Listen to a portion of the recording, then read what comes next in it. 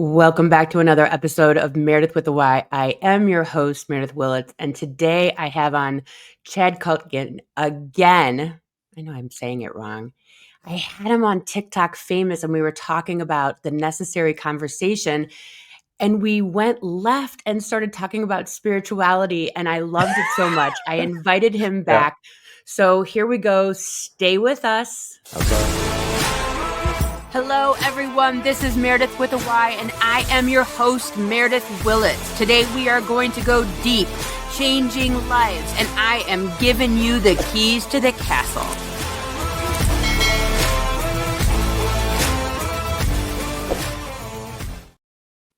You know I have the best music. I see you over there bobbing and weaving. Where'd you get that music from, may I ask? I bought it off of one of those music places like 4 Yeah. years ago, and so now I Same. own it. I did that same thing for Necessary Conversation. We have kind of a little, patriotic kind of march theme or whatever. But now with AI, I'm just like, I should have done that.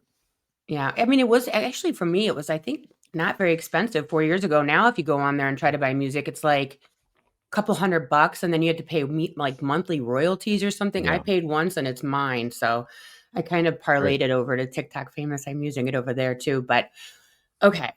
So you and I, we talked about the necessary conversation. We Yes. talked about all the things over on TikTok Famous.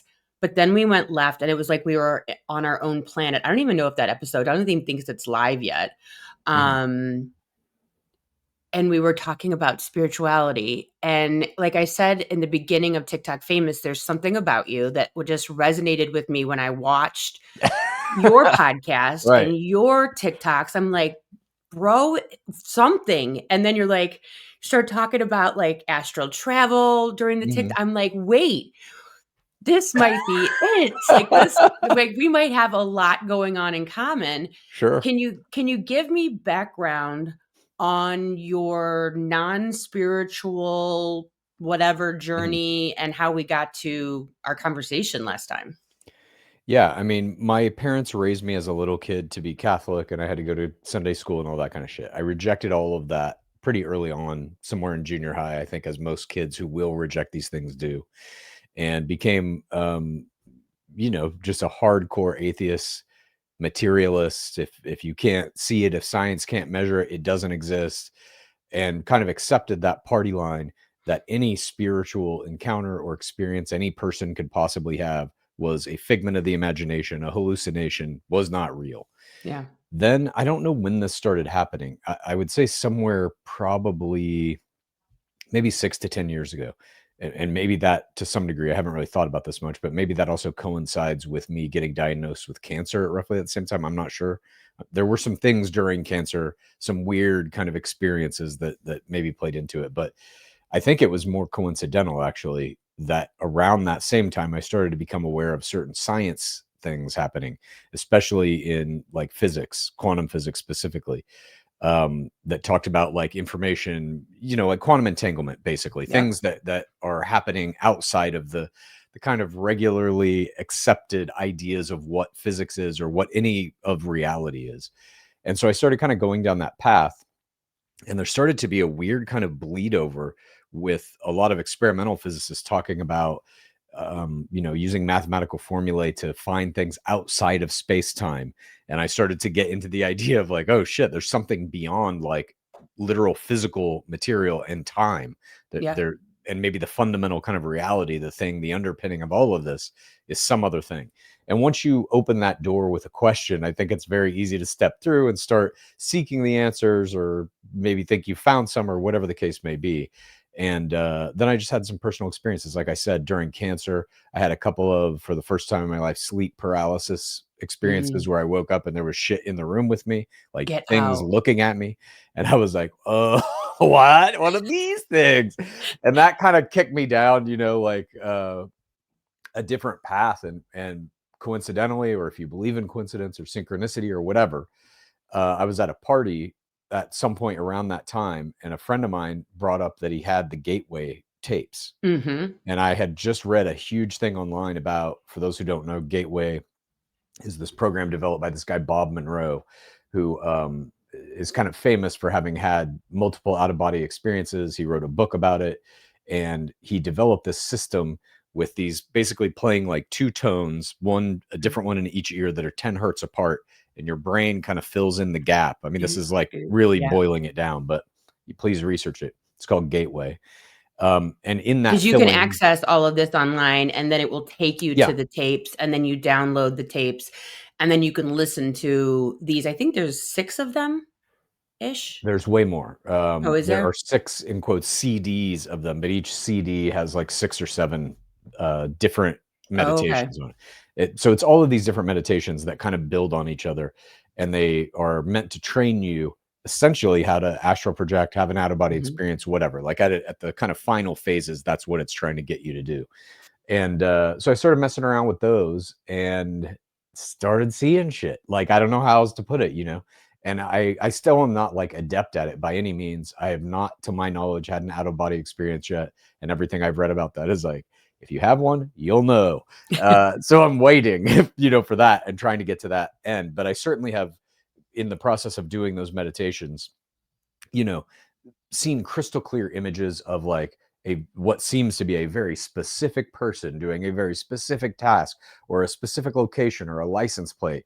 Or I remember one time just like kind of being in a room with a family while they were eating dinner, but it was like crystal clear. It was like I was Right. there, you know, not like a dream, or I'm Well, that thinking would about be it. astral travel. I guess, but like I'm still at the phase where I'm like, is it, or is it just my brain making shit up, you Right, know? right. Yeah. I'm so I had cancer 5 years ago. Another Okay, thing. weird. Yeah. Um, I kind of started I'm very scientific based myself. Mhm. So, it's like when I started doing the whole energy mediumship stuff, it did not start that way. It was I had Lyme disease. I could have someone would you be interested in weird I it's dumb. And, uh, then send your photo and your symptoms uh-oh, you're breaking up. You're Send your breaking up for photo me and too a little symptoms bit. to this am I really? Yeah, Hopefully, they're getting it. yeah. To this lady North, New York, and I was like, "Okay, maybe she's gonna scan it through some scanner or something." I don't know what she's doing it with it. And so I did that, and she sent me this bottle of water, and I took it, and every time I took it, I could feel my throat doing something weird and my back doing something weird, like tingling or twitching, and Mhm. I'm like so I call her and I'm like, "What's in this?" She's like, "Water." I'm like, "Okay." So I know, that's it. And so I call her like a month later, and I had her send one for Jim with his symptoms. Same thing, water. Now, mind you, I have had back pain. I have like verified Western medicine herniated discs. I have Mhm. never had a problem with them since that day. And this has Wow. been 17 years. So I finally call her and I'm like, I don't know what this is, but I need to know everything about it. Mhm. And so I like ordered the books, I ordered the kits, and I'm learning all about it. But I don't know what I'm doing. I Yeah. just am following the procedures. And so basically, what it is when you look at the person's name with their birth date on it, you're tapping into their energy. Mhm. But I didn't know that that's what I was doing. I was just following directions, right? That's all Yeah. I'm doing is following what they're telling me to. And I'm doing this, which is like an advanced kinesiology. And I'm looking at their photograph and I'm going through and testing all this shit. And then you put it on this plate and it takes the information from these little vials.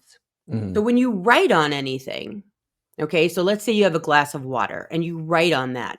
That water takes on the frequency of that word. That word in the three-dimensional holds a frequency. So, like the word liver, your Mhm. liver has a frequency. Your eyes have a frequency. The word hate has a frequency. The word love has a frequency.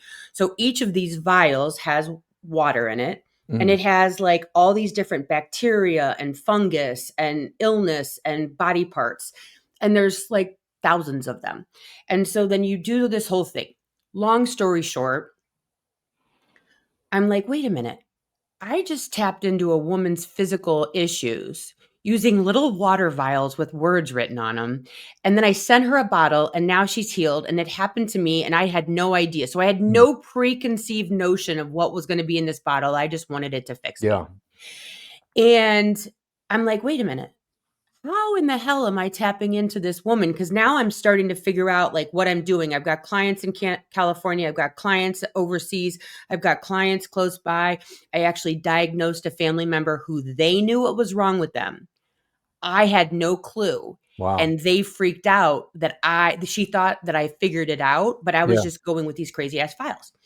And so I'm laying in bed one night and I'm like, wait a minute.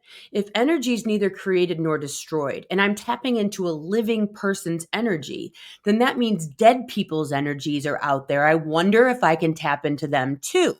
Hmm. So I was watching Nancy Grace, and I'm like, there was that one little girl that was stole from Portugal.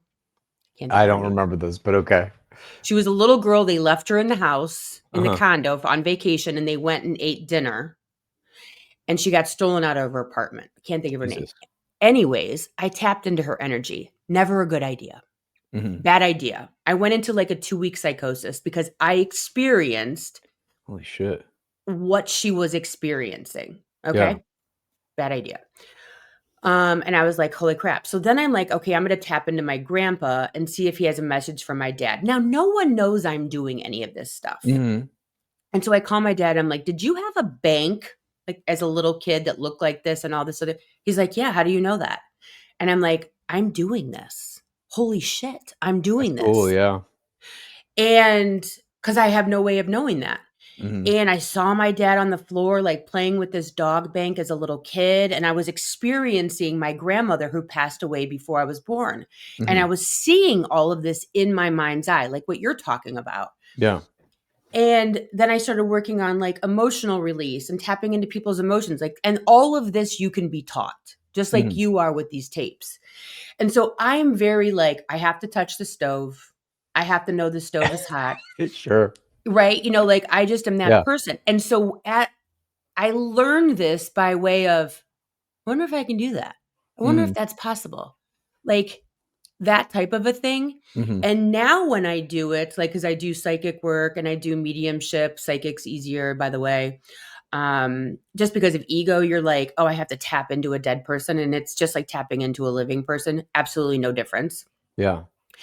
Except for the difference is a dead person will show up as they were on earth so that you can verify that it's them, and then a lot of times they will switch over to who they are in the afterlife, which is full of love.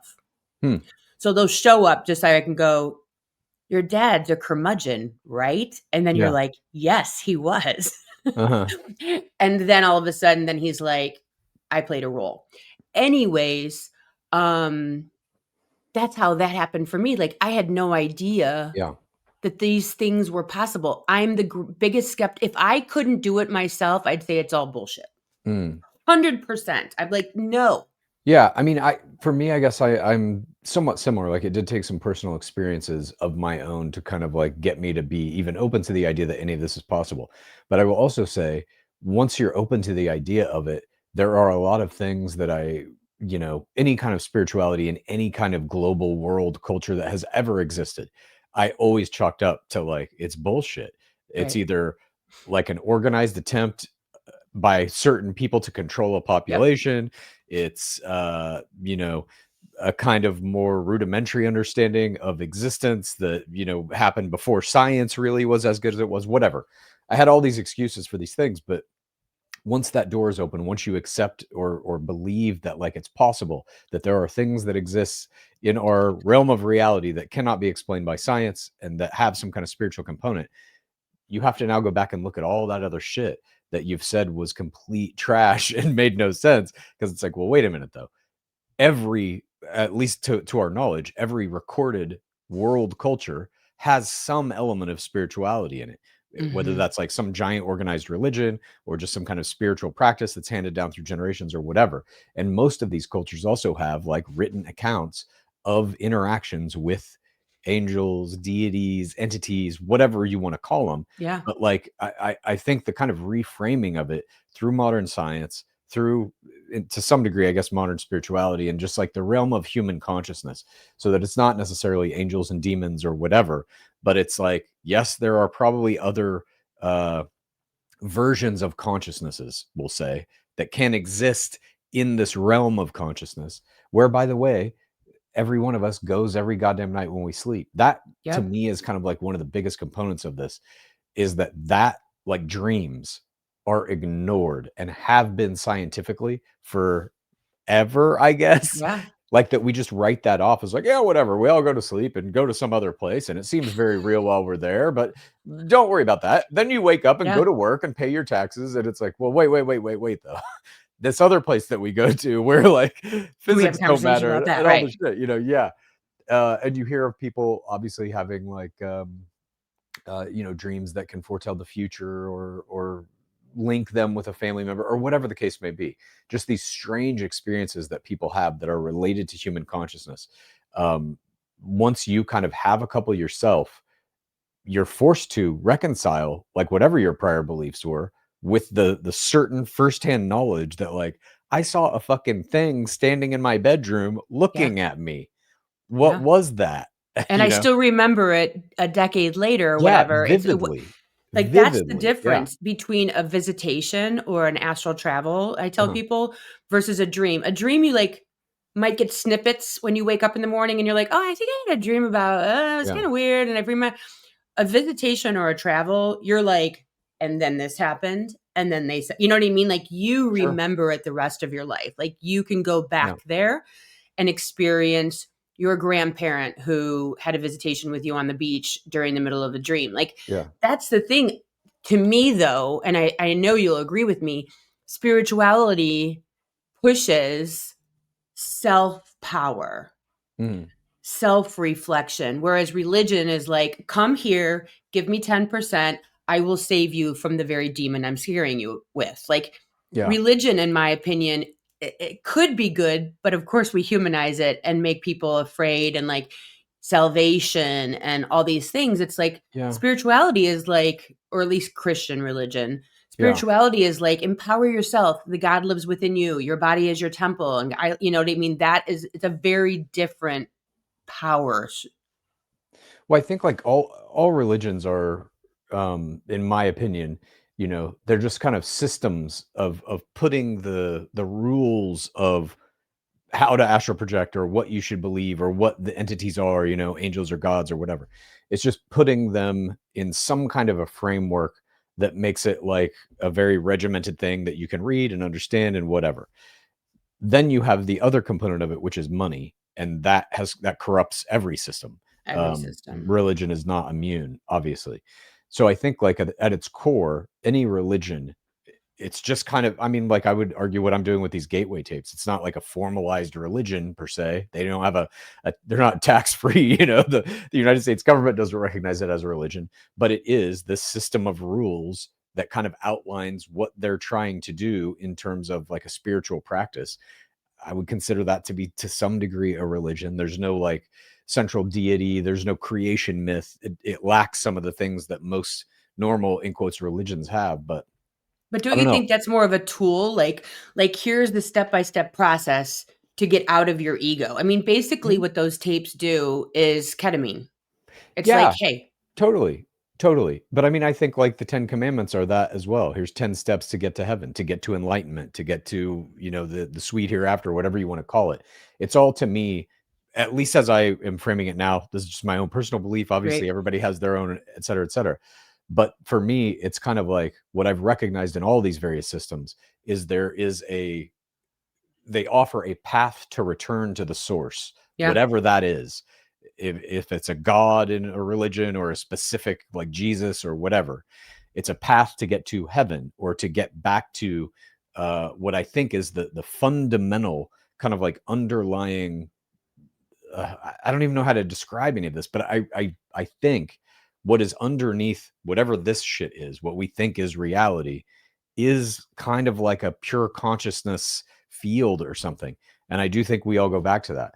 So, I think there are different interpretations of it, but like to me, all religions are like basically to that end, to say what you're doing here has some kind of a purpose. There are rules to it, whatever those rules may be. Every religion is slightly different, obviously. And if you do the rules right, you will get to return back to this, everlasting kind of realm of love and peace and all of that, which is heaven or whatever you want to call it. But To I me, think though, we're all then the kind of next seeking that. question is where's heaven? To me, through my learning and doing all the Mhm. things, what Jesus came to talk about is heaven on earth. I think that heaven or hell are on earth. And if you follow the 10 commandments, you're going to be either heaven on earth or hell on earth. Mhm. Because when you return back to non physical form, right? So now we're going to take away the body. We're going to go back to that spirit thing that I'm tapping into, Yeah. that we're all tapping into at times. How do you send protons and neutrons and electrons to some hell? And if God knows every hair on your head, then he would not want you to suffer. And he knows you're going to be a son of a bitch on earth. And so, like, no father would ever do that. So I always look at heaven and hell as a place we get to on earth by way of doing the things that you and I are talking about, Hmm. and deciding, like, don't covet, because if when you covet, you're wanting something that's not yours. So like what I think it's Eckhart Tolle, it's like the power of now. Like, whatever you have now, be grateful for it, and then more things to be grateful will come to you. And so in being in a state of gratitude and Hmm. clarity in the now versus wishing you had that over there creates instant suffering. As soon as you want what someone else has, you begin suffering, right? And Hmm. so to me, it's a tool to have heaven here. After here, there is nothing else. There's just love, there's just energy, there's being reborn again as an alien or another human or a Yeah. dog or whatever.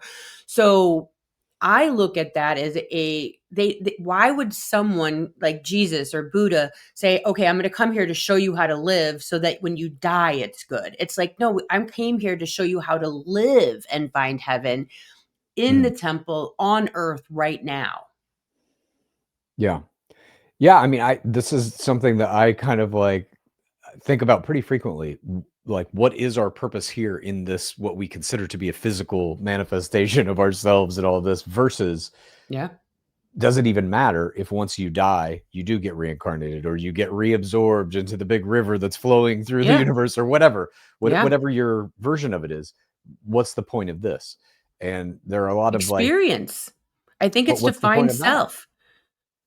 It's so the way that I see it, based on Mhm. almost 2 decades of doing this nonsense, it's like every experience that we have allows us.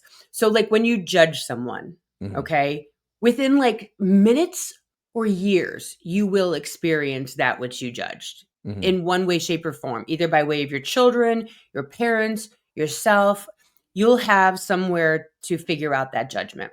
And so the end all be all is love, unadulterated love, right? Mhm. And so every time you go through these things, you're like, "Oh, now I get it. Now I have compassion. Now I have Yeah. empathy." And so you're broken up over and over. If you don't follow the 10 commandments, right, of love, and you do the judging and you do the suffering and you do the coveting and you do all those things, what happens is it's like a hangover. You do the thing, and then throughout the universe, somehow it comes back, and then you go, "Oh, now I get it." Like, when I see all these people judging a lot of times on social media, I'm like, Mhm. "Ooh, that one's gonna hurt. Like, that's gonna come Yeah. back bad." And and so the idea is to keep getting closer to love and closer to understanding and closer to clarity and closer to lack of judgment, so that you can be how a lot of times I actually see you on your podcast laughing about the things that so many of us would be. And maybe you are in pain when your dad's a turd, but, Yeah. like, you're kind of like observing it from the observer's perspective without judgment and still filled with love. That's what I love Mhm. about your podcast, is when I see you talking to your dad, so many of us would be just like stuck in our egos, stuck in our Mhm. three-dimensional. But like the Buddha, you're like, okay, I'm not Uh, shitting you. I'm not blowing okay. smoke. I'm telling you what I'm seeing. Right. Well, And thank so you. you're transcending the three-dimensional Mhm. ego of judgment and wishing maybe you had a different dad, or maybe wishing that things weren't politically. You're just in it. You're experiencing it, maybe with or without judgment. The fact that you can laugh a Mhm. lot of times, to me, allows me to see you as kind of transcending it, which is why I'm so excited we're talking about this with each other. And so that's kind of the thing, is to get out of that ego of attachment. I have to be right. My dad has to be wrong. Right. And so that you can kind of like, I don't know if the word is float, but have heaven on earth, be in the world, but not of the world. Sure. I mean, I definitely have learned how to dissociate from whatever we perceive this reality to be Yeah. at an early age. And I view essentially everything that I'm ever involved with as basically a TV show that I'm a This character is in or a viewer of. And science experiment. yeah, basically, like I just I don't feel a lot of like personal attachment to my own existence, basically, I'll say. But that's crazy. You do know that no one does that. I think plenty of people do it at Oh. different times. I think you're forced to do it if you're going through some kind of horrible trauma or something Well, like yeah. that, you know? People Um, disassociate during abuse, yeah, of course. trauma, things of that, but I don't I think people are so ingrained Mhm, that this is who I am, it's black and white, these are my beliefs, they make up my personality is real, I have to mhm, defend it at all costs. This is why we're where we're at, I think, right now in the world, is that it's so black and white that people can't get outside of themselves. But the fact that you're able to view it and go, "Yeah, none of this shit's real. And so I'm going to make the best of it. And I'm not going to attach my personality and my ego to it." That is, no one does that, Chad.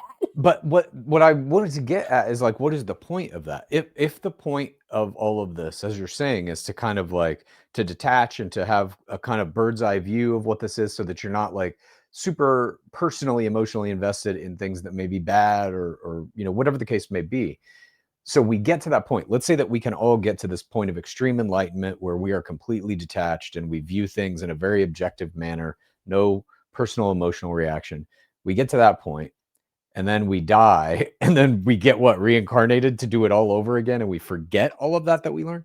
Like, that is kind of where I'm at now with it, is like I'm 100% certain, again, based on my own personal kind of experiences, that there is some other shit on top of all of this or underneath all of this, however you want to look at it, outside of reality, whatever the fuck this thing is that we're in. Maybe it, Simulation. sure, maybe it's a simulation. I mean, at the very least, it's data. We're very aware of that. Yeah. That's 100% accurate. And so it becomes like, what is the purpose of this? And obviously this is a question that that no one has been able to answer since the dawn of humanity. Why are we here? What are we doing? But the idea that, like, there is some um goal of becoming more enlightened, I almost feel like that maybe that's not it, that some of us are doing that, or there is a push to do that anyway, and it's because there's something like and I don't know. I mean, this is just me, like, bullshitting now, but, Yeah. like, I do think that our bodies, including our brains, are kind of like cars. They're just machines that are, like, tapping into whatever the frequency is that gives us a little shot of consciousness, and, "Oh, shit, we're alive now."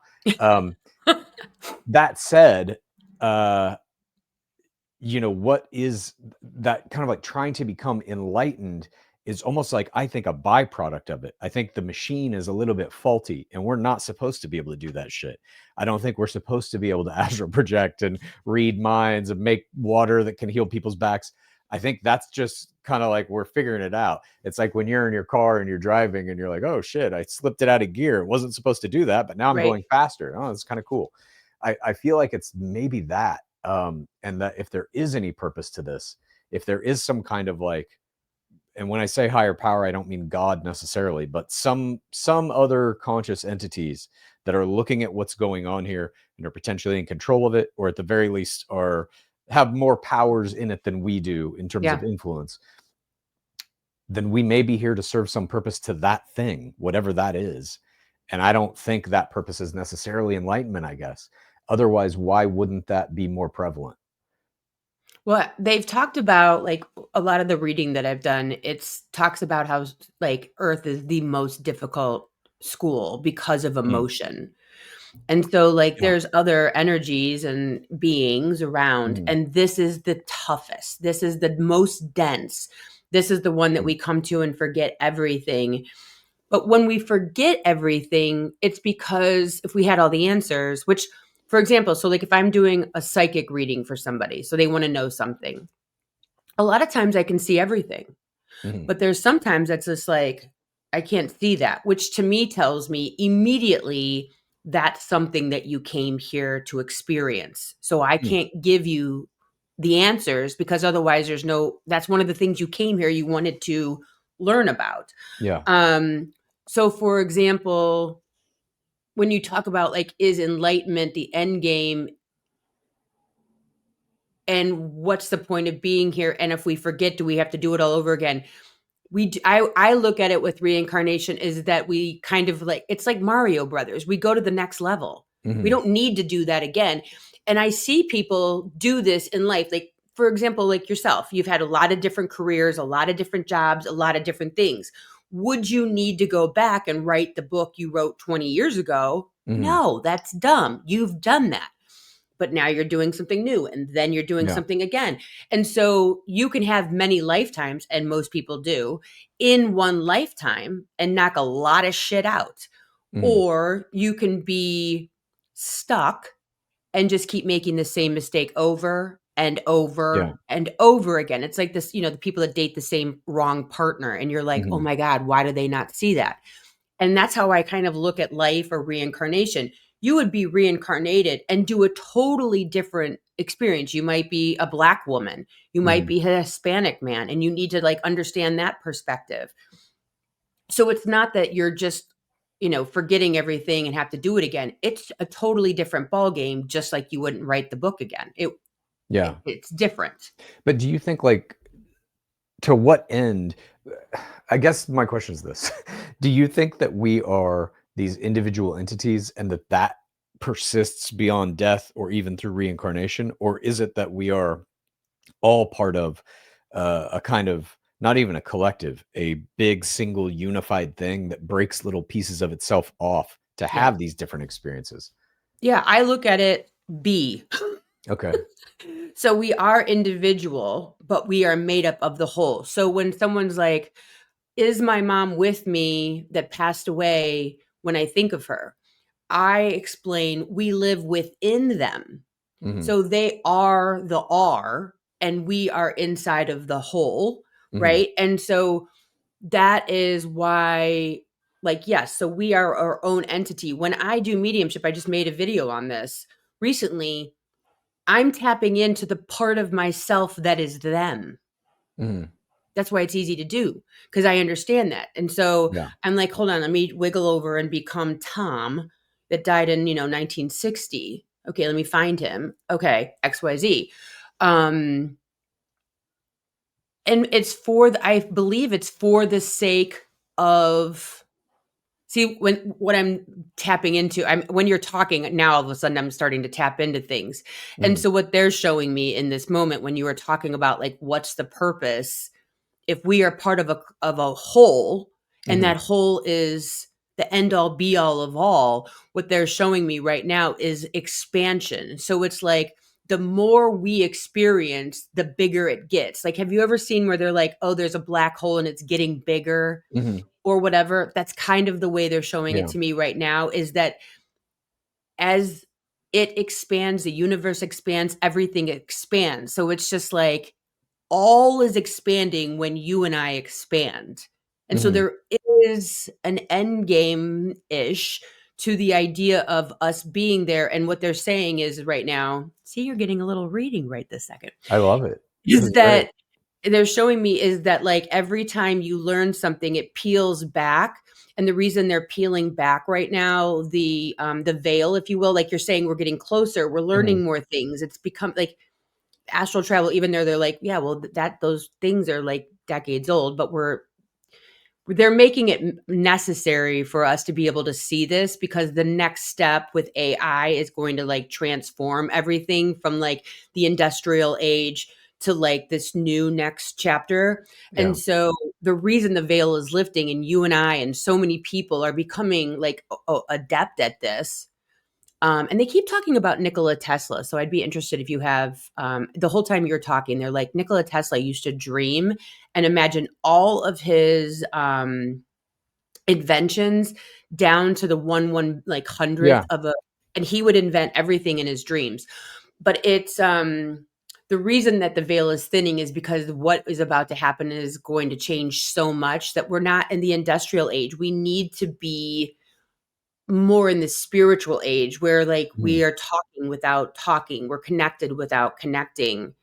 And all the things that we're doing in social media, all of this stuff is preparing us for the next step.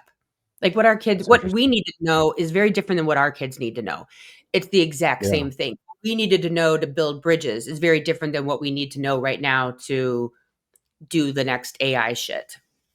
Yeah, that's interesting. I mean, I am constantly thinking about that too. I'm a very big technologist, if nothing else. I love AI. I know some people hate it or fear it or whatever, but I see it as the most revolutionary technology probably that we will have ever made. Maybe aside from like the written word. But yeah, I'm fascinated where that is taking us as a society and how that kind of crosses with all this spiritual stuff. Because like I said, like for me anyway, kind of a very big part of me accepting that maybe this type of shit is real or whatever had to do with like some quantum theory stuff that was going on. I don't, maybe like 10 or 15 years ago. I remember reading some stuff and I was just like, wait a minute, what? Like where human consciousness can affect the outcomes Effects. of things, like Yeah. observation can affect literal physical things, random number generators or whatever.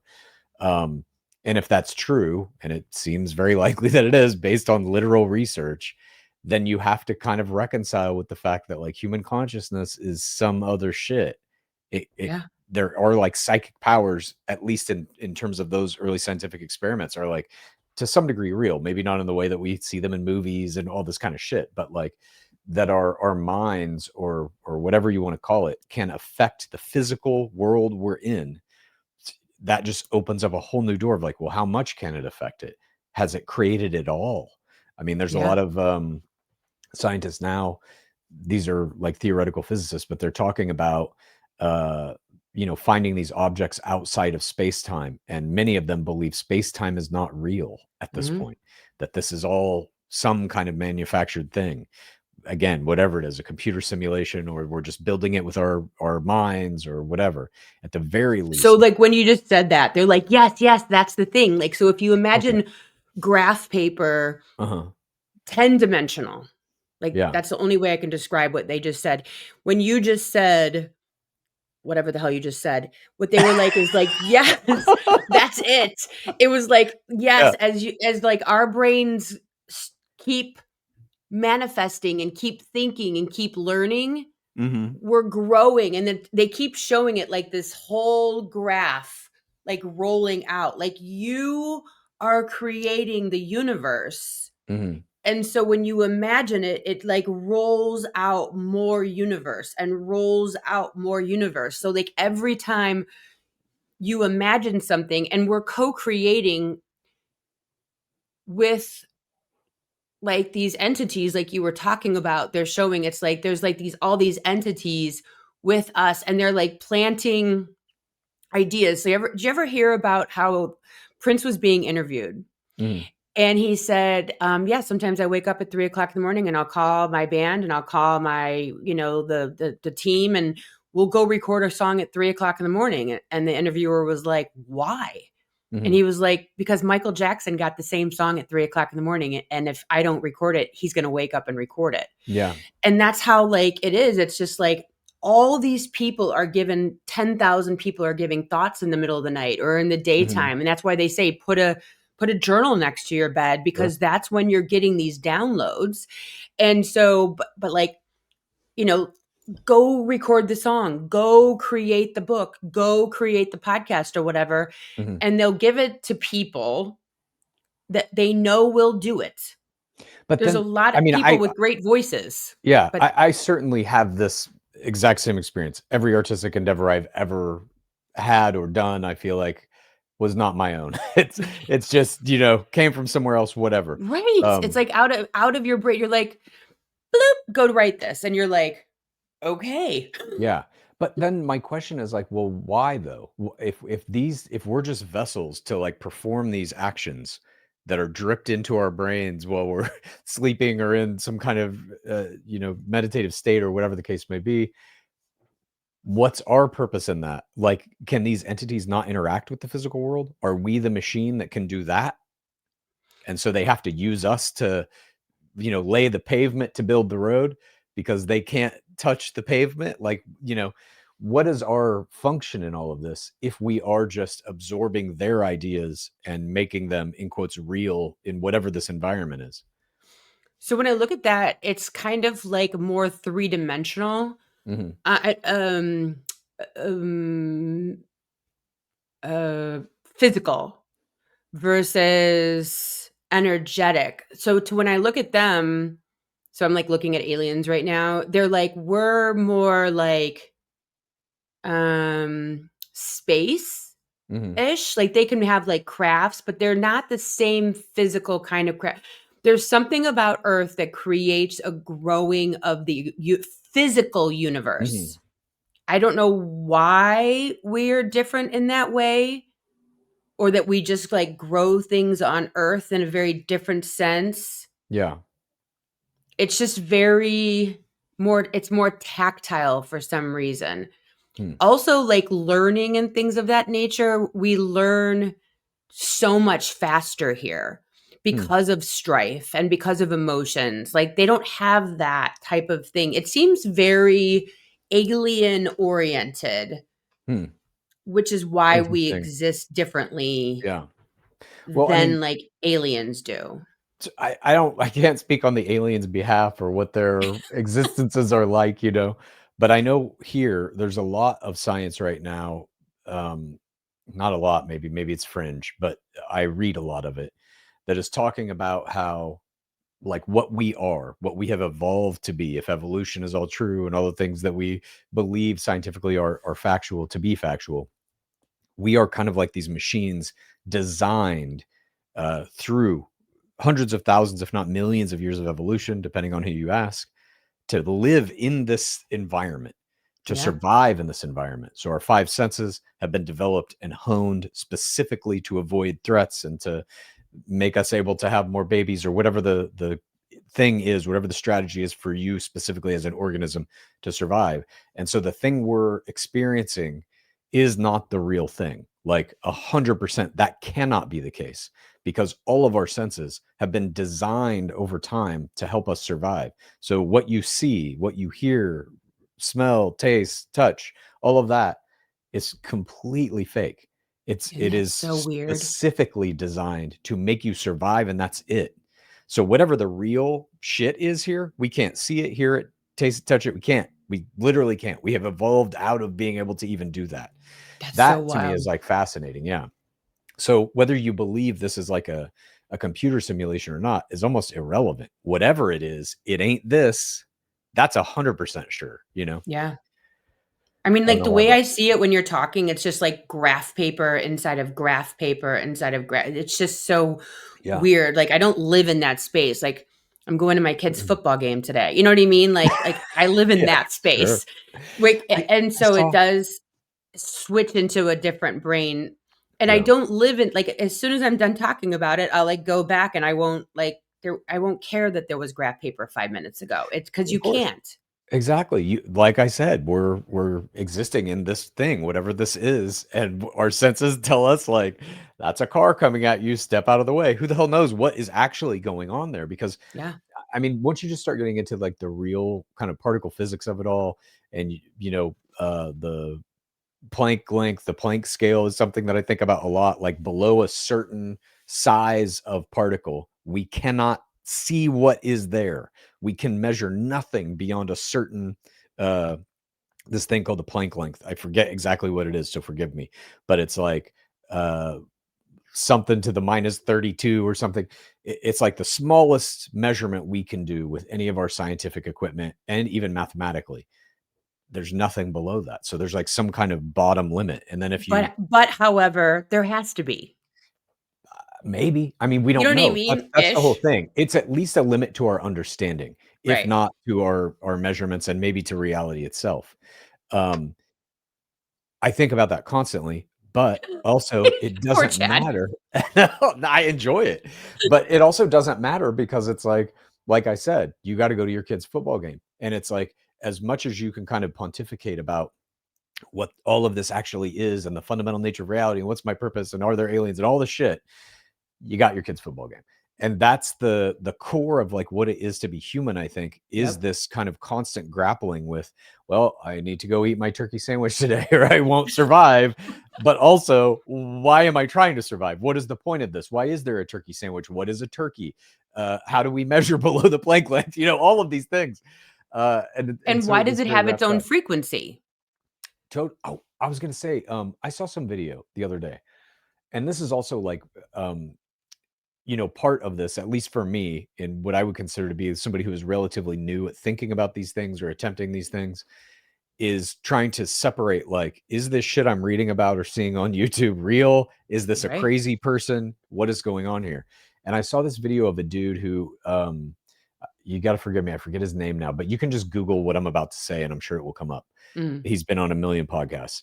He is a big proponent of DMT. Have you ever Mhm. done DMT, by the way? Mm-mm. Me either. God, I want to so bad. We'll The we'll go to some crazy ass Costa Rica retreat and do it together. well, what I really want to do in England, they're doing these experiments where they're putting people on like an IV drip of DMT and keeping them under for 45 minutes to an hour. And then Whoa. they're seeing if when they come out of it, did you go to the same place? You were both Okay. under at the same time. Could you communicate with each other while you were in that place? Whatever. But this dude basically said that he was getting downloads while on DMT saying that something was going to be revealed to him essentially. Mhm. And through these downloads, he said that he, for whatever reason, came to the conclusion that he needed to get a red laser. I believe it was 650 milliwatts, and shine it on a wall or any Oh, flat I saw surface. that. Okay, so you saw this, and he saw Yes. code wherever the Yes. laser hits. He sees like Yes. matrix It's like code, and red, yeah. to supposedly he's done this same thing to thousands of people, some of whom he said he told what he saw, some of whom he said he told nothing, some of Yep. whom he said he told opposite things. Yeah. You're just going to see a big black void. Everyone, he Saw the says, same thing. to a person saw the exact same thing, that is object permanent gears and code, like just behind the surface of whatever the laser is shining on. That's what That I saw when I was in ayahuasca. no shit. Well, It it's was all ayahuasca's DMT. It's the same thing, isn't it? Is it? No, DMT is different. Ayahuasca is like a root and DMT is I don't even know what. Well, I think you can do it in multiple different ways. You can smoke it, inject it, whatever. But my understanding was the active ingredient is the same in those, but I could Okay, be well then wrong. I've done that. Nice. How And was I could that? First night, I was listening to Landslide and Fleetwood Mac in my head and seeing Yeah. rainbows flashing, and so you do it 2 nights in a row minimum. That's the good. So with the next day, kind of like you go and you hang out with everybody and you eat a little something, and I didn't throw up. Mhm. I just Fleetwood Mac and rainbows. So I go to the meeting with everybody. I'm like, Fleetwood Mac and rainbows. And they all went, yep. And so next day, do my first cup. I'm chilling. I'm laying on the bed. We're like in this house. We're like in an Uh-huh. Airbnb on blow up mattresses with like small garbage cans in front of us. This is a wild story. I don't think I've ever talked about this Okay. on. Okay. So he calls me up for the second cup, and it's like drinking black barbecue sauce. Okay. Like that's phlegmy. Okay. Just to give you the visual. And you drink like Okay. a double shot glass of it. I wanted to Yeah. die. Yeah. And so I go up and he's there and he pours the cup. And this is all shaman. Like this guy's from like South America shaman. Pours it in and he looks at me. Shit you not.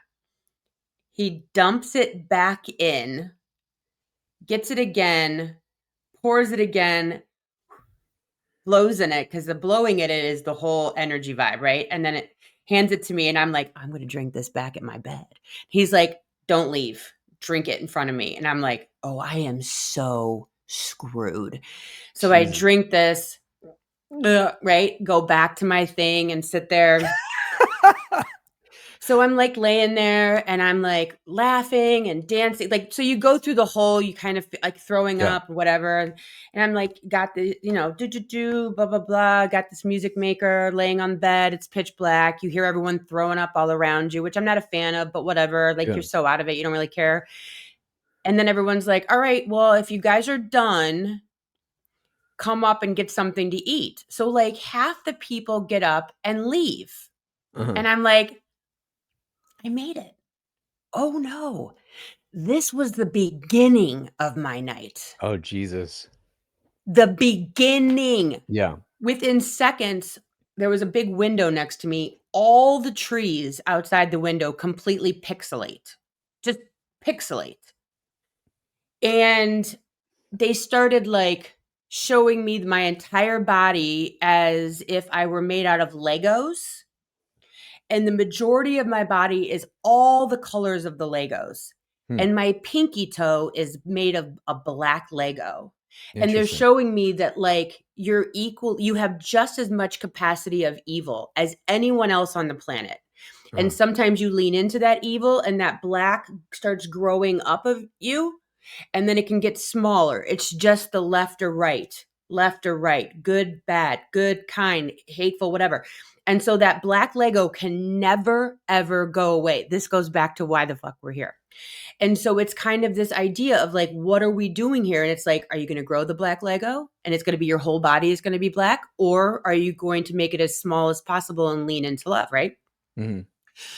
So now I have thrown up everything I've ever eaten in my entire life.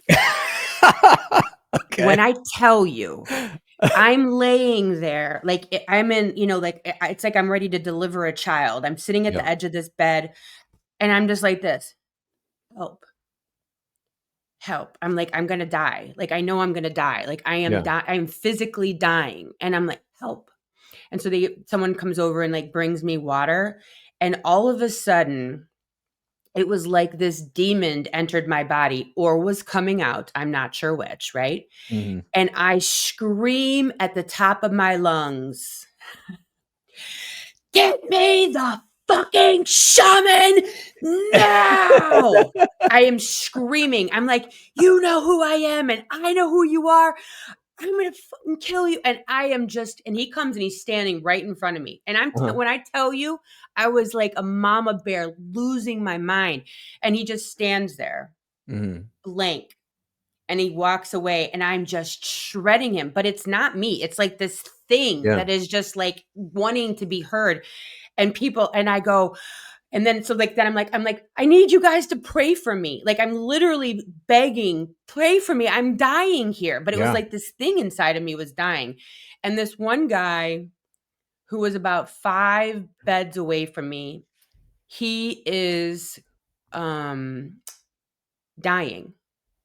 in real life. Like he has not much life to live and he's in his 30s. And I said his name and I said, I need you to pray for me. I'm dying. And everyone, well after the fact, everyone in that room started praying for me because they knew that whatever it was on and it was happening right then.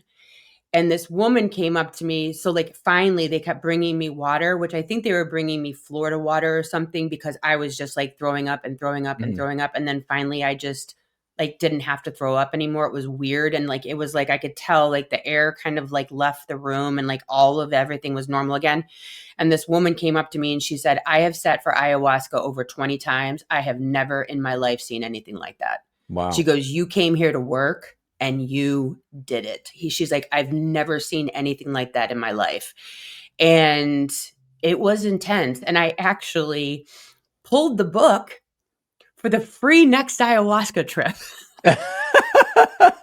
So Nice. I have a free pass to go back. All you had to And do was I'm like release the demon.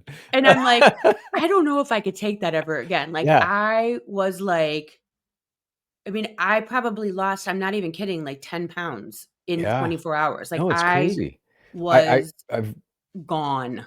I've read a bunch about, like, Terrence McKenna and all the things he did, and that kind of is what leads me to that idea that, like, this physical body is just basically like a machine that's tapping into like an antenna, almost tapping into Yeah. consciousness or something. Because when you have these experiences where you take a drug, a physical molecule in this thing we're in, and it allows you to have some kind of psychedelic experience or some kind of higher state of consciousness, tap into some other kind of thing. It comes with this physical cost. You're puking, you feel like you're going to die. That, Die. like, none of these experiences are 100% pleasant. You know, No. if you take like what McKenna called the hero dose of mushrooms, 5 dried grams, you're fucked.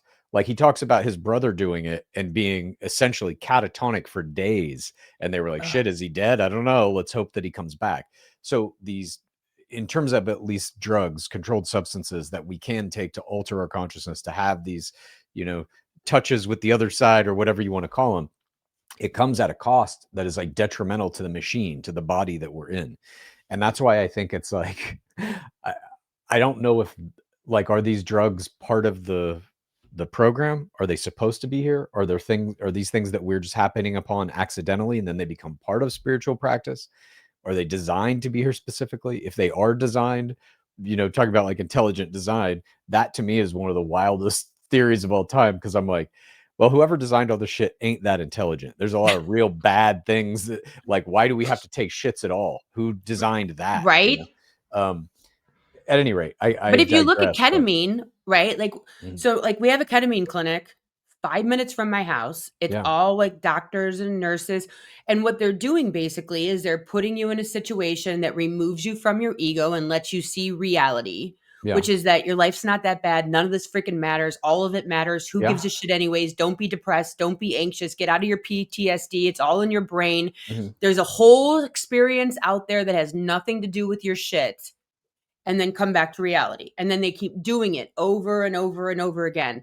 And it gets you out of that, again, what I was talking about before, which is I'm a Republican, I'm a Democrat, I'm a yeah, of woman, I course. am pretty. It gets you out of that ego Mhm. shit that I was telling you, that it looks like you have done a lot of work to ascend from. Right? So it's like your Yeah. brain on ketamine is kind of like your brain on doing the work without the Mhm. ketamine, which is recognizing that none of this is real. So stop obsessing about the shit that you're anxious and depressed about. Like, just Yeah, be I here mean, now. that ketamine stuff though too, like, again, if you do too much of it, you can die. Like, Literally. there are these kind of negative consequences to some of these drugs that I feel like are You got I too don't know, close to like, the sun. yeah, is that like a part of the trade-off that you have to fucking walk the edge carefully or you might die? But then that seems to be counter to whatever the purpose of this is. It's like, well, we shouldn't die in that way, should we? If we have to die, shouldn't it be from old age after we've learned all the lessons, or in service of performing some act that is exemplary of whatever the lesson is you're supposed to learn? It seems like dying while overdosing on ketamine or something is just like, oopsie. And I guess whatever, mistakes can be made. But yeah, But I don't don't you know. think, as we're talking about this, Mhm. okay, if you go through every single day and you touch the stove, right? And you experience the things and you judge and you learn and you judge and you learn Mhm. and you screw up and you learn and you hurt people and you say, I don't want to do that anymore. Ketamine is like the cheat code to get to the other side of the ego, Totally. wherein experiencing all the things is the long form of going, oh, yeah, I'm just going to love everyone because this whole judgy thing ain't working for me. So, like, the Mhm. ketamine peels back, right? The blinders of ego, where when we do the earthly thing, it's just the long format of the ketamine. So we Hmm. can get there. It just takes longer. Yeah. And so it's like if you want to cheat, so inside, and this is a weird one. I never expected to see this. The other thing inside of ayahuasca they showed me was using, which is so weird. and this is not anti-feminism. I had like a epidural with all my kids, but they told me while I was under ayahuasca was that not going through the pains of childbirth, I cheated myself by not Jesus. experiencing the pains of childbirth. And I was like, which I'm the type of person that's like, get your epidural in the parking lot. Like, do not feel that pain. Yeah. And they showed me that there is something about the pain of childbirth that is a rite of passage for a woman. I would have never expected that. And I wouldn't Wow. expect any woman to listen to me. You do you. But Sure. that's what I was shown. And I was like, Wow. what? And so what they're saying, so like back to what you and I are talking about right now, ketamine is the epidural of humanity Mm. because you're using the cheat and not going through the everyday trials and tribulations and pain of being a human. You're just like, look, none of it matters. Have Yeah. fun. Like, don't be whatever. Whereas the pain of humanity, so there's something about the pain of humanity. Can you get there with ketamine? Can you get there with DMT? Can you get there with ayahuasca? Yes. Or you can do the pain of humanity and learn your lessons slowly. Either way, we're going to get there. I think that this is a fascinating revelation. Hmm. Interesting. I mean, I'll say when I first started kind of like I don't know if this is like completely accurate, but a big part of me kind of shifting to being into all this shit certainly was with some weed. Mhm. Not ketamine. If you're out there and you're thinking about doing some kind of a drug to tap into this stuff, weed is maybe a better entryway.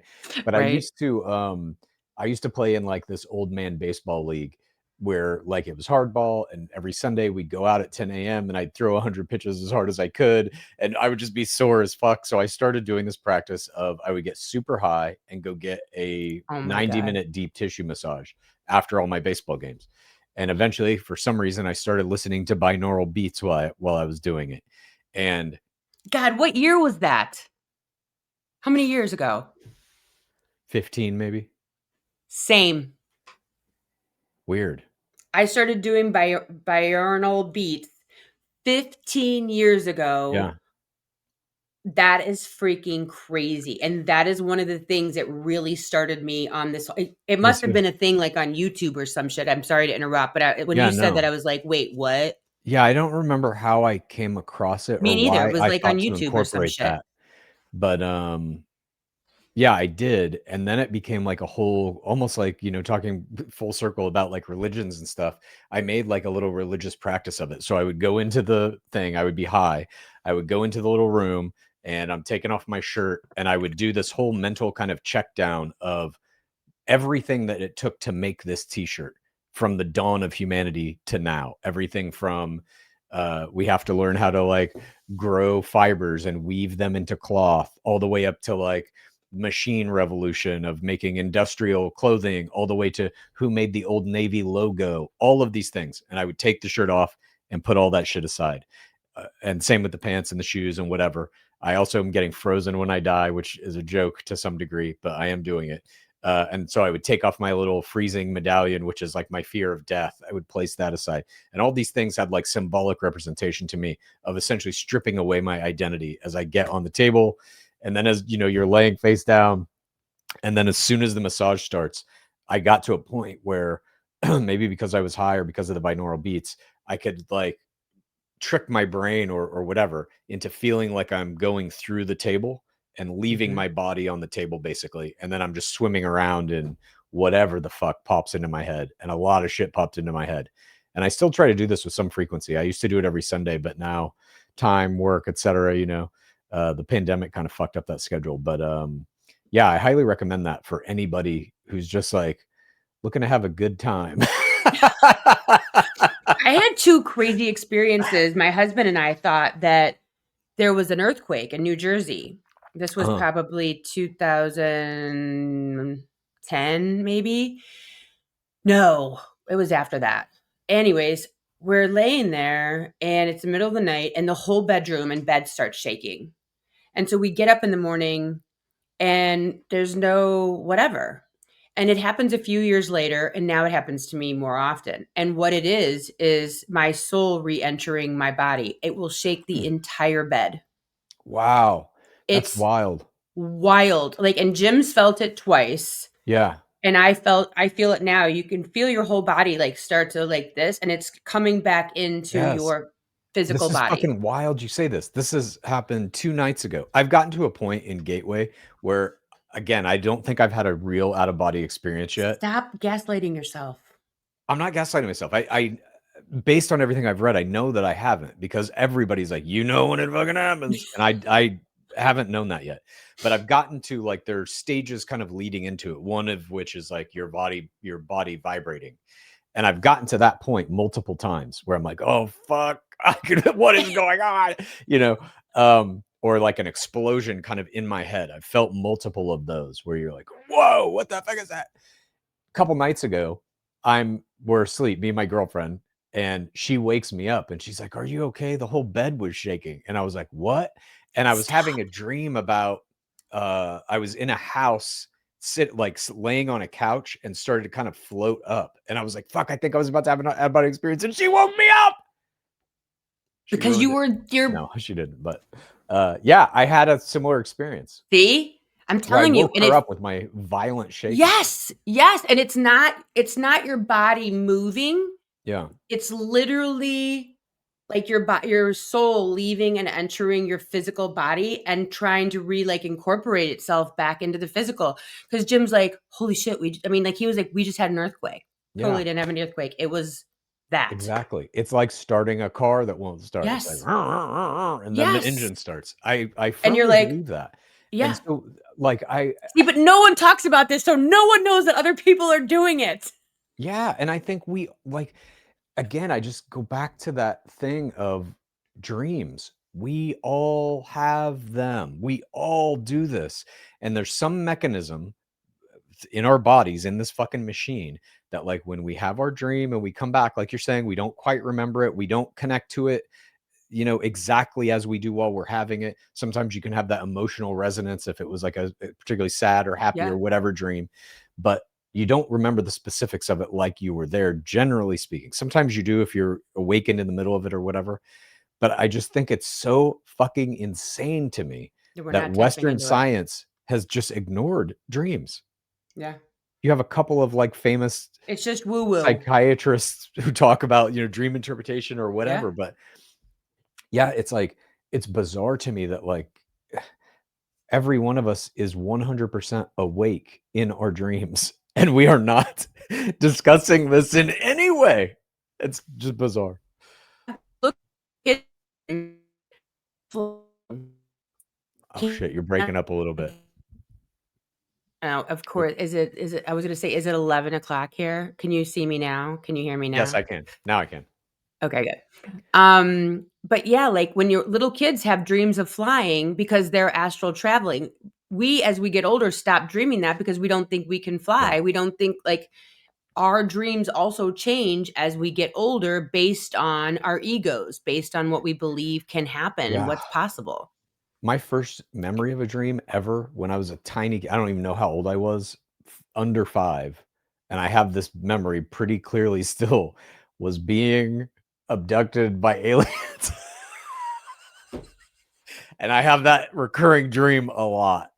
Um, Stop it. yeah, I know, and I'm like, I've as never I'm had that dream. I have it constantly, and now Stop. I'm like, as I'm kind of, like, coming into all this stuff and messing around with Gateway and all this shit, I'm like, is there more to this?"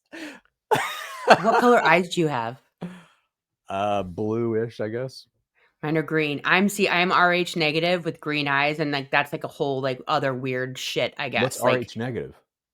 it's like the Rhesus monkey. Like I shouldn't exist. Oh, Like wow. my Okay. like my blood type, like basically my blood type, I have to get shots, and Mhm.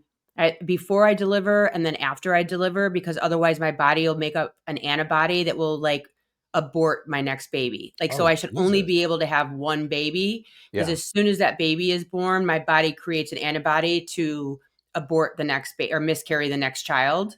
Oh, wow. And so, like, my blood type is like they're like they say it's like of aliens and shit like that anyways, and then, like, green eyes, like, I'm not supposed to have green eye like, there's a whole thing on all of this stuff. But see, like, this Hmm. is the thing, like, my girlfriend, She does all her business planning in her dreams. It's like she can be very aware and focused on what she wants to dream about and what she wants to plan, and then she Yeah. wakes up and she remembers all of it. Like, she is very cognizant of her dreams. Um but that's why they say you should write them down. And like, obviously Yeah. Prince, and he was very like into his dreams and like, okay, this is Oh, me too. Yeah. I definitely have shit in my dreams that I wake up like with a song in my head or oh, something like a songs. book that I've been working on. And I'm like, fuck that scene. There it is. And then I There it just go is. write it. And certainly when I'm doing those high massages, I almost exclusively use that to work now. I just kind of live in whatever project I'm working on and work out all the shit. I come out of it, I take my notes, and then move on to the next. Because But there's that, no structure. There's no yeah, no. You're in a dream.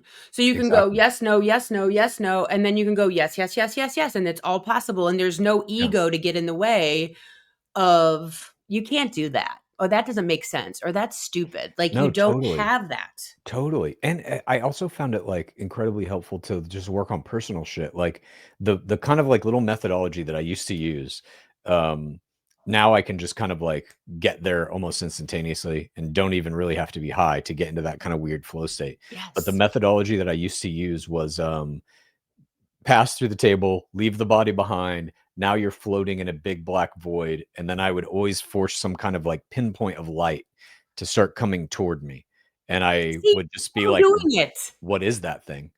But I mean, this was just me making shit up. Like, I No, you're assume not. this was coming from my subconscious, whatever Dude, what it was, you know? that is what Einstein said. He's like, your imagination is everything. Like, what Mhm. you're doing is it.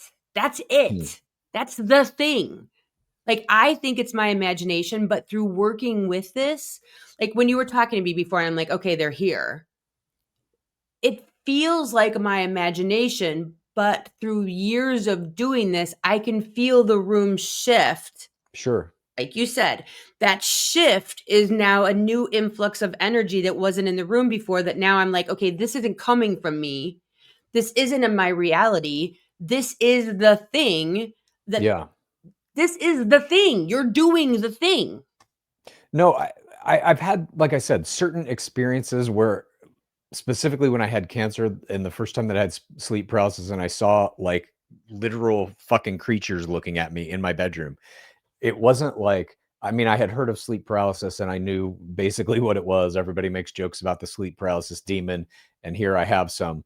But it wasn't for me, like, I wasn't scared or anything. I was actually kind of enthralled by it. Like, fuck, Right. this is crazy. Here it This is, is. yeah, it And I happened. stared these fuckers down. I looked right into the glowing eyes and I was like, don't leave, basically. I want to talk to you or whatever may come from this. And it was a standard kind of sleep paralysis experience. I think they lingered there for maybe 10 or 15 seconds until I came into like full consciousness, and then they just like dissipated. And I've had similar experiences since then throughout the years with less malevolent looking creatures. I had Good. one recently that was like, I basically went into a gateway thing and I just kind of put out there, like, I'm ready. If you're out there, Mhm. make yourself known. Let's fucking do this. And then nothing happened. I went to sleep that night and I woke up the next morning, and these things usually materialize like in a similar kind of spot in my bedroom. And I opened my eyes and there standing there was this thing looking right at me. And I was like, that is fucking crazy. What is that?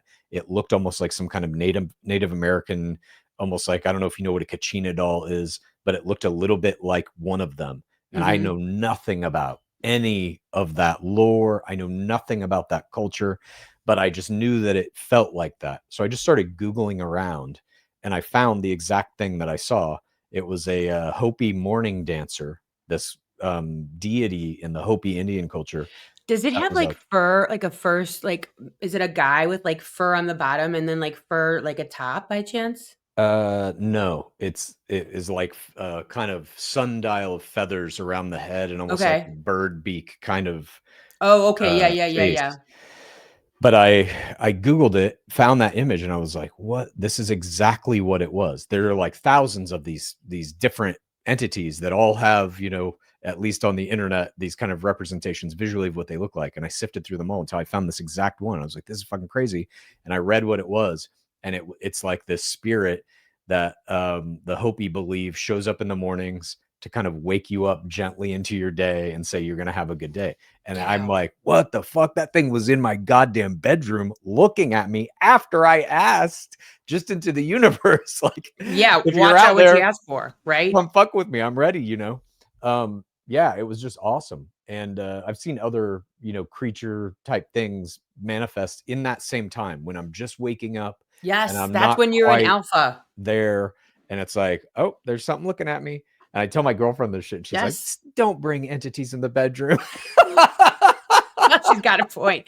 But that's like, so when you study Dolores Cannon and the Yeah. QHHT, you are hypnotized when you're watching TV, when you're driving, when you're waking up, and when you're going to sleep. So that is when I started doing mediumship stuff, is like when your ego's not quite with you yet, and you're just starting to Mm, wake up, that's when spirit visits you, yeah. because you haven't really figured out your ego for the day yet. You Mm, haven't really entered into your physical body. And that's when you're like coming back to this damn ego, physical 3D reality, brain, consciousness, subconsciousness, all the things.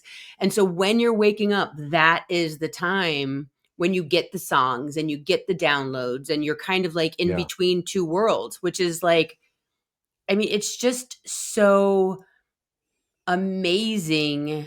But I think that that's why all this is like, I don't know if the word is starting to happen, because I mean, I'm sure that native people have been playing with this for thousands of years, and All we're just cultures kind have. of hip to it now.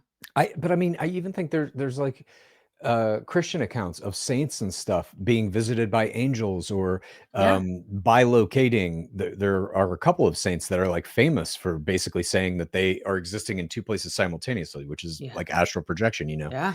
And because this religion perceives those things to potentially Yeah. exist or not, or be demonic or whatever the case may be, they position it as like you're communing with angels or you're a saint or whatever. Then this culture positions it as you're a shaman who is doing this and whatever. I think humanity has been able to do these kinds of things for a very long time with the assistance of drugs in some cases. In some cases, it's just like kind of mental, spiritual, meditative practice. And I don't know that it's that we're doing like more of it now. I think because the internet exists, the Yeah. stories are able to be shared, the practices, the techniques are able to be shared in a much Yeah. broader way. And maybe that's, allowing more people at least the idea that you can do this too. And so more people are trying it in that regard. Yeah. But there's some piece of me too that feels like this is all we used to do back in the day. And somewhere along the kind of technological developmental path of humanity, we have fallen away from that. The Yeah. kind of like hardcore materialist scientific view of reality has really stripped away, I think, a lot of people's innate belief that this type of stuff is even possible. I was one of those people. And you have Yeah. to like come back to it through a personal experience that you can't explain, or curiosity, or maybe science pulls the veil back a little bit and you're like, wait a minute, what are they doing with quantum entanglement? What the fuck is that? That maybe everything is made of one subatomic particle that's just bouncing around so fast no one We can see can't it, see the but we're difference. Yeah. all that particle. Those kinds of ideas that come from science are, I guess, initially what led me down this path. And now I feel like I'm just swimming around in as much of it as I can, not really knowing anything about it and just seeing what happens, which is fun, I think. Have you ever done breath work? I tried to do it. My girlfriend took me to a sound bath. God, this is maybe like 4 or 5 months ago, and I think just the environment wasn't conducive for me because it was a room full of people like screaming and stuff, Oh. and Oh, yeah, yeah, yeah. Like at I the end. can't.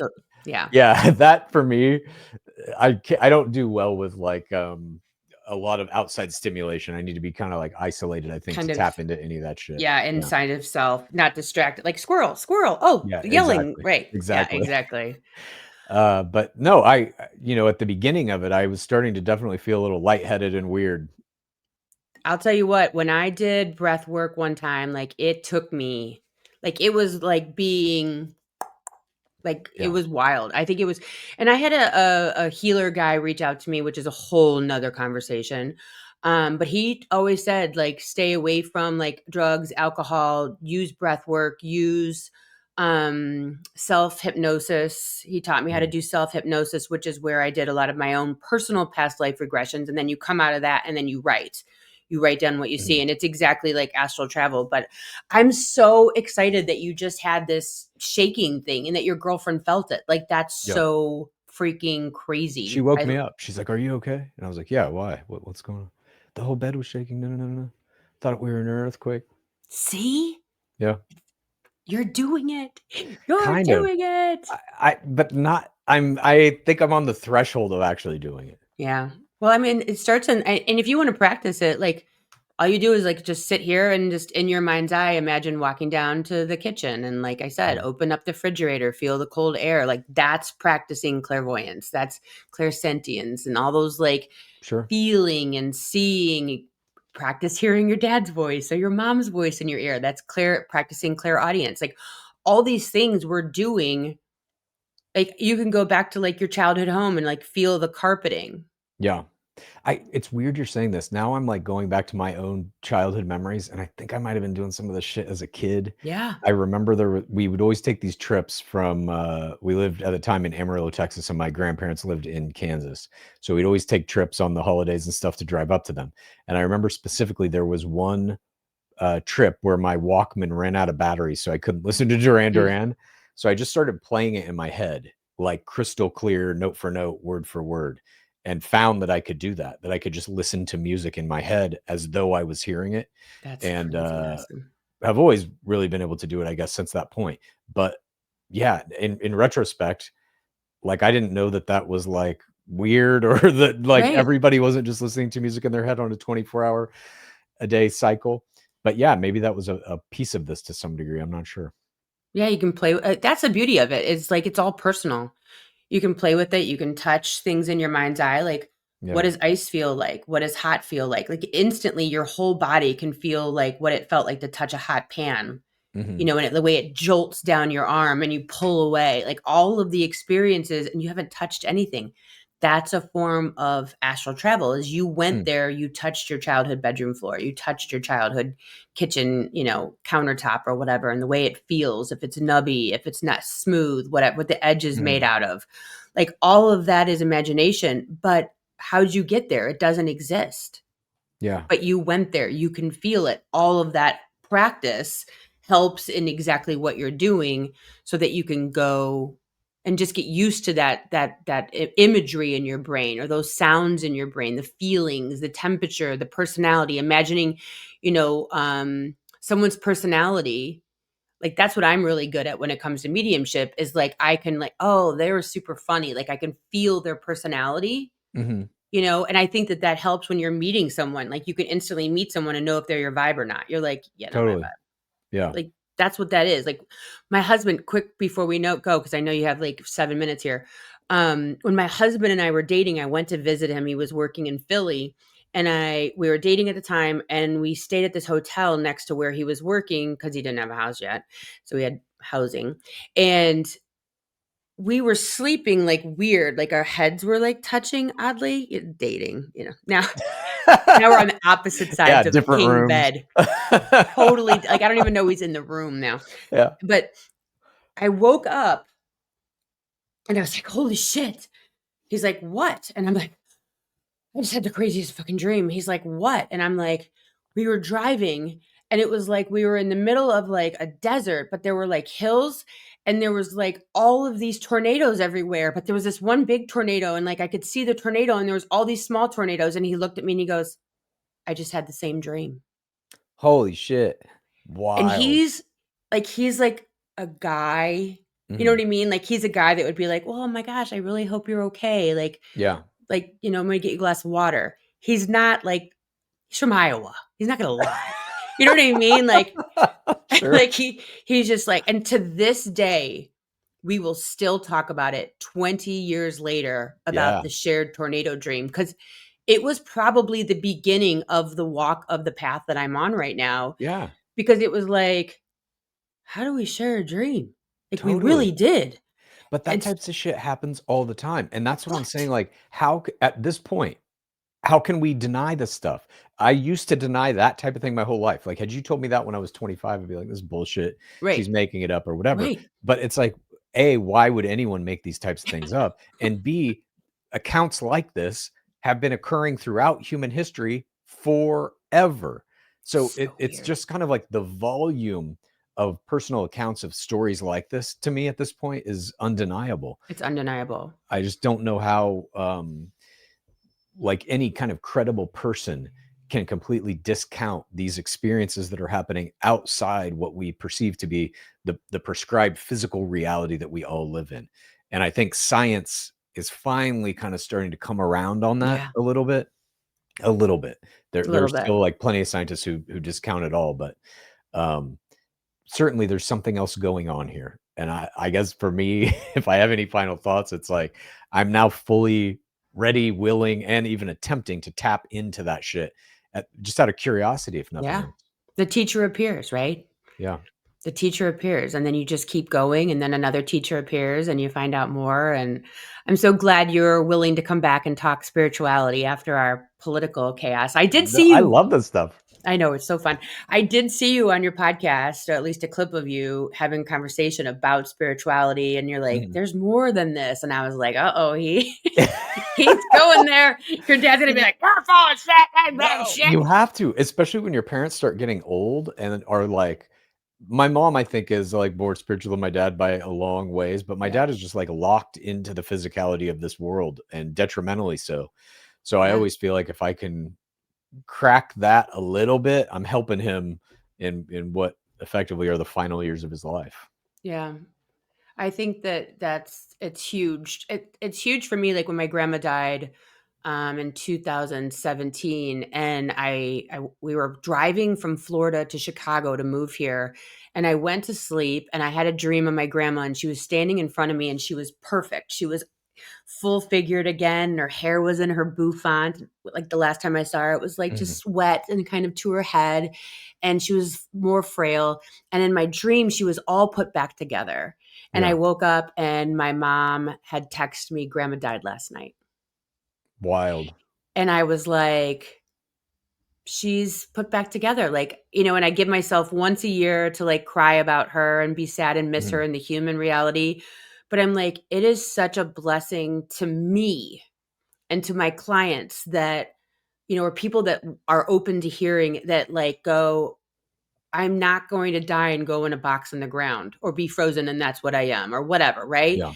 That you're just being reborn somewhere else. And that maybe it's for the people that need that peace. Mhm. Maybe it's to help it make sense of like why, like, is that there is more and whatever.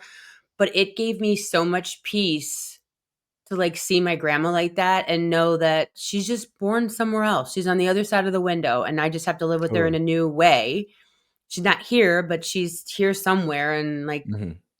I don't know, you can tap into that. And I think that's so cool. But I so appreciate you coming back on. My pleasure, And anytime. it's it's the best. I love it. And thanks for doing what you do on your other the necessary podcast. If you guys haven't checked him out yet, Yeah. it's a wild ride, very different than this. But it's probably one of the Indeed. only clips on TikTok that I will sit there and watch from beginning to end and not like Oh, wow. scroll. Like your Yeah. dad's kind of like Howard Stern. Even though I don't like what he talks about, I'm willing to listen to the shit that he has to say. So I will Yeah. stay on just to hear it. Yeah, it's wild. I mean, for anybody out there, if you're curious about how MAGA voters basically perceive the world and their relationships and all this kind of stuff, that's primarily what that podcast is. Yeah. It's me and my sister, who are both very liberal, talking to each of our parents who are both very MAGA about politics, and just kind of letting them air their opinions. Because I think for a lot of people who live in a liberal kind of world with liberal friends and liberal family, Yeah. people voted for Trump, but you don't actually know why they did that or how they think. And I think Yeah. that's kind of like, it's an important window to open in service of what you're talking about, just understanding each other on a better level, Yeah. especially the people that you disagree with at a very kind of core level of your identity. And Chad asks all the right questions, and he's so neutral and so generous. So generous. So generous. But all right, guys, I will see you all here next week. Thanks again, Chad, for being on. Check him out on the Necessary Conversation. He's amazing. All right, guys, see you later. Thanks for listening. If you would like to connect on a more personal level, head over to meredithwillits.com or on Instagram at Meredith with a Y for behind-the-scene footage and outtakes. Please subscribe and come back each week for more Meredith with a Y. Thanks again for listening. Cheers.